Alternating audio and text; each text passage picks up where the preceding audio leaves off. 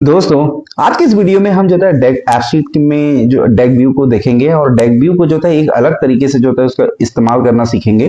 तो ये सारी चीजें क्या हैं, वो सारी चीजें हम सीधे अपने जो है डायरेक्ट वीडियो में बात करेंगे उसका। और इससे पहले वीडियो को स्टार्ट करूं, मैं अपना इंट्रोडक्शन देता हूं। दोस्तों, मेरा नाम है अमित और मैं आपसे लोगों का स्वागत करता हूं आपके अपने चैनल टेक ज्ञान अमित में। दोस्तों, वीडियो अच्छी लगेगी तो प्लीज वीडियो को लाइक कर लीजिएगा, चैनल को सब्सक्राइब कर लीजिएगा। अगर फेसबुक पे देख रहे हैं तो उसे भी कर लीजिएगा लाइक और सब्सक्राइब। तो ज्यादा टाइम वेस्ट नहीं करता हूँ, सीधे जो है वीडियो पे चल के और जो है डायरेक्ट देखना है कि डेग को हम किस तरीके से अलग यूज करके जो है एक अलग तरीके का जो है रिपोर्ट बना सकते हैं और वो काफी जो है वो आपका इंटरेक्टिव भी लगेगा। तो चलिए शुरू करते हैं। तो दोस्तों, इसे समझने के लिए सीधे चलेंगे हम अपने गूगल सीट पर और यहाँ पर एक जैसा छोटा सा हमने डेटा बनाया हुआ है और यहाँ पर आप देख सकते हैं कुछ हमारे एम्प्लॉइज हैं, उनका इमेज है, उनकी एज है, एम्प्लॉय आईडी है और उनका एम्प्लॉय का ईमेल है। और उनसे रिलेटेड जो है यहाँ पर उनके टास्क हैं। तो उनके एक जो है बेसिकली हमने की कॉलम क्रिएट किया हुआ है, एम्प्लॉय का नेम है, इसका ईमेल और जनवरी मंथ में उनको क्या टारगेट मिला था, उन्होंने क्या अचीवमेंट किया, उस हिसाब से उनकी क्या परफॉर्मेंस रिपोर्ट रही है, वो सारी चीजें जो है यहाँ बैकएंड में आपका बना हुआ है। तो अब इसको जो है अगर एप्पशीट में आपको इसको दिखाना है तो सबसे पहले ये सारे टेबल्स को एक्सपोर्ट करना पड़ेगा। इंपोर्ट कर लेते हैं पहले तो, और इसके लिए सीधे चलते हैं एप्पशीट के अंदर और सीधे क्रिएट एन ऐप कर लेते हैं।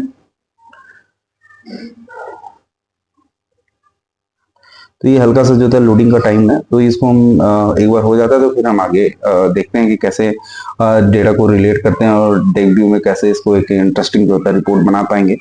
तो ऑलमोस्ट ये कंप्लीट हो ही गया है। तो हमारा जो डेटा है वो पूरा जो है इंपोर्ट हो चुका है हमारे एप्पशीट के अंदर। तो अब चलते हैं सीधे डेटा के अंदर और यहाँ पे देखिए अभी बाय डिफॉल्ट यहाँ एम्प्लॉय डिटेल वाला जो टेबल है वो ऐड हो चुका है। इसके बाद ये जो हमें दूसरे जो टेबल की जरूरत है वो है एम्प्लॉय परफॉर्मेंस की, ये भी हम यहाँ पे ऐड कर लेते हैं।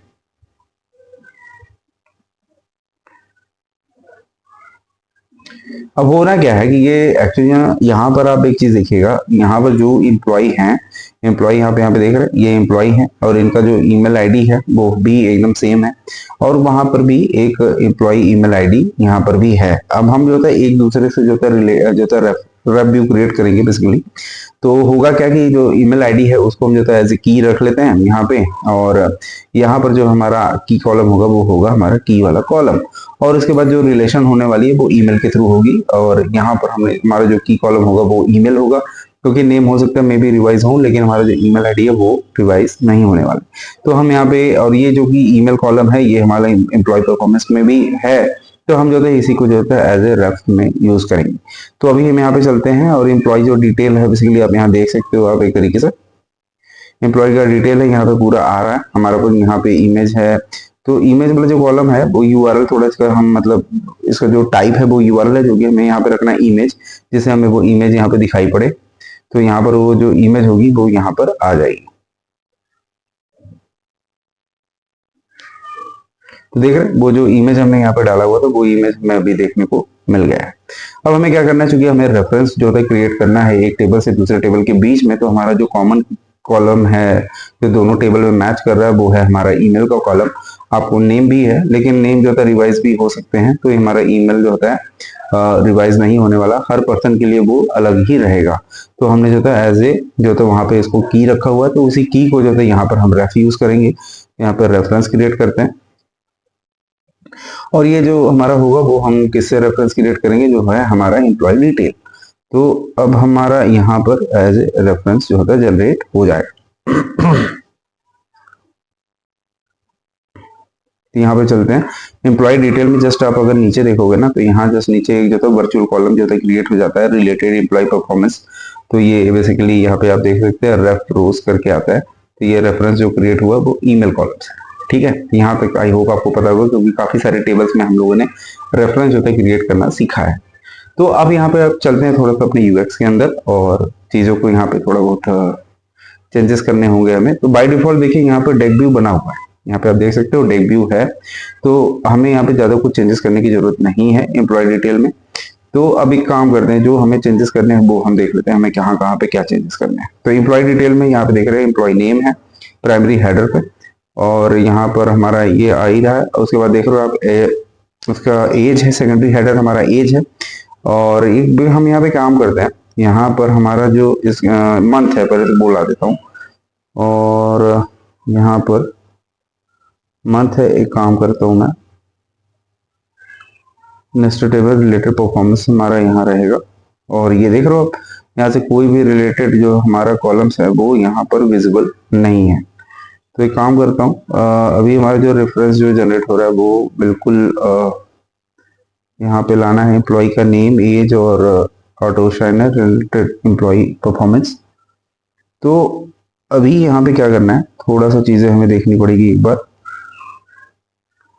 डेटा में चलते हैं और यहाँ पर चीज़ों को थोड़ा सा अपने हिसाब से कर लेते हैं, क्योंकि यहाँ पे देखिए जो रेफरेंस कॉलम हमने क्रिएट किया है एम्प्लॉय परफॉर्मेंस में, इसको हम एक बार देखेंगे क्या इसमें चीज़ें हमें की एज ए यहाँ पे दिया हुआ है और रेफरेंस हमने जनरेट किया हुआ है, एम्प्लॉय नेम एज ए यहाँ पे दिया हुआ है, ईमेल को हमने रेफ किया हुआ है। तो और हम यहाँ पे सबसे पहले तो ये चीज़ चेक करेंगे ना कि हमारा जो आईडी कॉलम है वो इसमें कौन सा है। तो हमारा ये देख रहे एम्प्लॉय आईडी एज ए की दिया हुआ है, जबकि हमें यहाँ पे इजे ईमेल के थ्रू करना है, क्योंकि ईमेल से ही हमने सारा चीजें जो था यहाँ पे ऐड की है। तो देख रहे हैं यहाँ पे हमारा जो इनलाइन व्यू है अब यहाँ पे बन चुका है। अब आप एक चीज देखो, यहाँ पे एक यहाँ पे एम्प्लॉय है ईवा मिलर, और यहाँ पर इसी तरीके से जॉन स्मिथ का पूरा जो था जो यहाँ पर सारा डिटेल आ रहा है। ये कुछ हम ये हमारा जो है वो टेबल व्यू है, तो हमें इसको चेंज करना है फिलहाल। और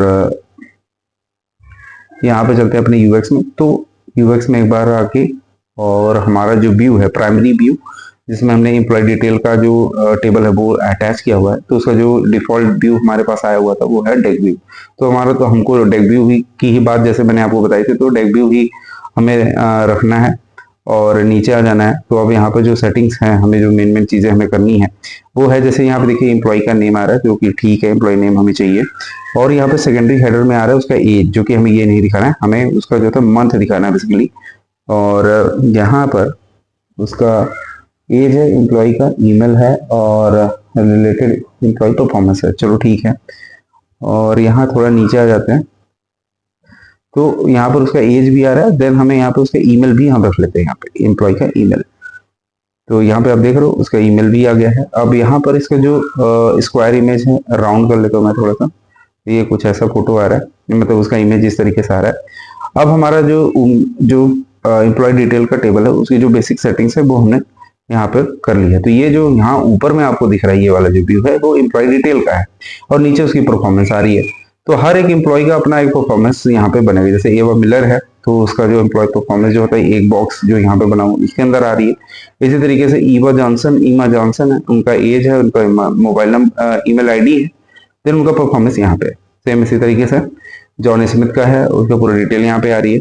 तो अभी इसका जो व्यू है जो यहाँ पे नीचे आ रहा है उसको हम जो होता है थोड़ा सा चेंज करते हैं। तो यहाँ पे आप देख रहे हैं एम्प्लॉय जो परफॉर्मेंस है, ये जो यहाँ पे आप देख रहे हो इनलाइन व्यू है। तो यहाँ पे आप जाएंगे एम्प्लॉय परफॉर्मेंस के इनलाइन व्यू में, और यहाँ पे हम इसको करते हैं कार्ड व्यू। तो कार्ड व्यू में आप देख सकते हो कुछ इस तरीके से दिखाई पड़ रहा है। तो हमें यहाँ पे क्या करना है, इसको जो था हम लिस्ट टाइप में कर देते हैं। तो लिस्ट टाइप में आप देख रहे हो कुछ इस तरीके से दिखाई पड़ रहा है। मैं एक काम करता हूँ, यहाँ पे आपको दिखाता हूँ अभी। तो ये देखो यहाँ पे अभी आपको दिख रहा है, और यहाँ पर आप जाएंगे हेडर्स में, और हेडर में आपको प्रोडक्ट अचीव्ड, तो हमें ये नहीं दिखाना है। एम्प्लॉय का बेसिकली आपको दिखाना है तो मंथ दिखा दीजिए, मंथ यहाँ आ गया जनवरी का। उसके बाद यहाँ सब टाइटल्स में आपको दिखाना है, तो की हमें कॉलम नहीं रखना है, हमें इसका जो है टारगेट था, तो ये रहा हमारा टारगेट। तो जनवरी मंथ में क्या टारगेट रहा यहाँ पे आप देख सकते हो, और उसी तरीके से यहाँ नीचे आप देखेंगे तो फरवरी मंथ का क्या टारगेट रहा वो आप यहाँ पे देख पा रहे हो। तो हमारा जो बेसिक जो हमें यहाँ पे करना था वो हमने कर लिया है। तो आपको व्यू में कुछ इस तरीके से नजर आएगा। तो यहाँ पे मैं करता हूँ सेव।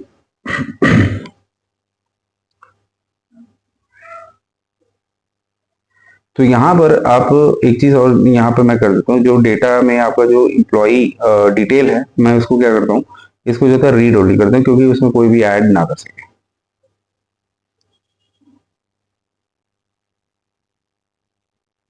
तो ये बेसिक जो सेटिंग्स थी वो हमने कर ली है।